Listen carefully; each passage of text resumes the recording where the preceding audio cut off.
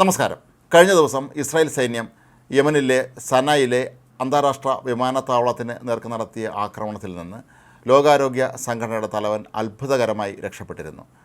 ഇപ്പോൾ ഇത് സംബന്ധിച്ച കൂടുതൽ ദൃശ്യങ്ങൾ പുറത്തു വരികയാണ്. ലോകാരോഗ്യ സംഘടനയുടെ തലവനായ ടെഡ്രോസ് അദാനോം ഗബ്രിയേസസ് വളരെ അത്ഭുതകരമായിട്ട് തന്നെയാണ് ഈ ആക്രമണത്തിൽ നിന്ന് രക്ഷപ്പെട്ടിരിക്കുന്നത്.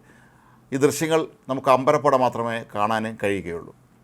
അദ്ദേഹം സന അന്താരാഷ്ട്ര വിമാനത്താവളത്തിലെ വിശ്രമമുറിയിൽ ഇരിക്കുന്നതായിട്ടാണ് ദൃശ്യങ്ങളിൽ ആദ്യം കാണുന്നത്.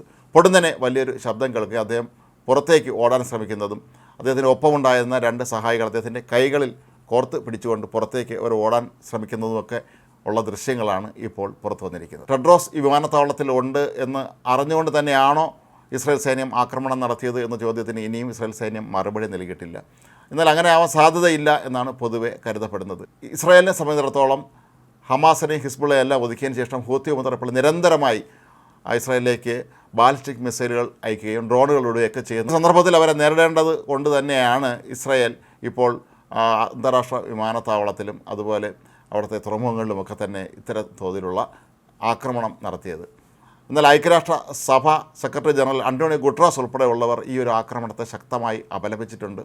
ഒരു കാരണവശാലും ഇസ്രായേൽ ഇത്തരത്തിലുള്ള ഒരു സിവിലിയൻ വിമാനത്താവളം ആക്രമിക്കാൻ പാടില്ലായിരുന്നു എന്നാണ് ഐക്യരാഷ്ട്ര സഭയുടെ നിലപാട്.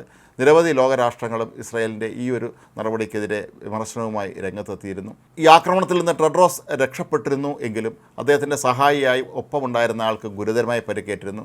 ഇയാളെ പിന്നീട് ജോർദാനിലെ ഒരു ആശുപത്രിയിൽ പ്രവേശിപ്പിച്ചിരിക്കുകയാണ് ഇപ്പോൾ. എന്നാൽ ഇയാളുടെ നില അതീവ ഗുരുതരമല്ല എന്നാണ് പുറത്തുവരുന്ന വാർത്തകൾ സൂചിപ്പിക്കുന്നത്. ടെഡ്രോസ് അദാനോം വിമാനത്തിൽ കയറാനായി തയ്യാറെടുത്ത് നിൽക്കുമ്പോഴാണ് ഈ അപ്രതീക്ഷിത ആക്രമണം ഉണ്ടായത്. തലനാരിഴയ്ക്ക് തന്നെയാണ് അദ്ദേഹം രക്ഷപ്പെട്ടത്. വിമാനത്താവളം ആക്രമിച്ച കാര്യം ടെഡ്രോസ് തന്നെയാണ് സമൂഹ മാധ്യമങ്ങളിലൂടെ സ്ഥിരീകരിച്ചത്. ഹൂത്തികൾ തടവിലാക്കി ഐക്യരാഷ്ട്രസഭ ജീവനക്കാരെ മോചിപ്പിക്കുന്നതിനും മാനുഷിക സാഹചര്യം വിലയിരുത്തുന്നതിനുമായിട്ടാണ് അദ്ദേഹം യമനിൽ എത്തിയത്.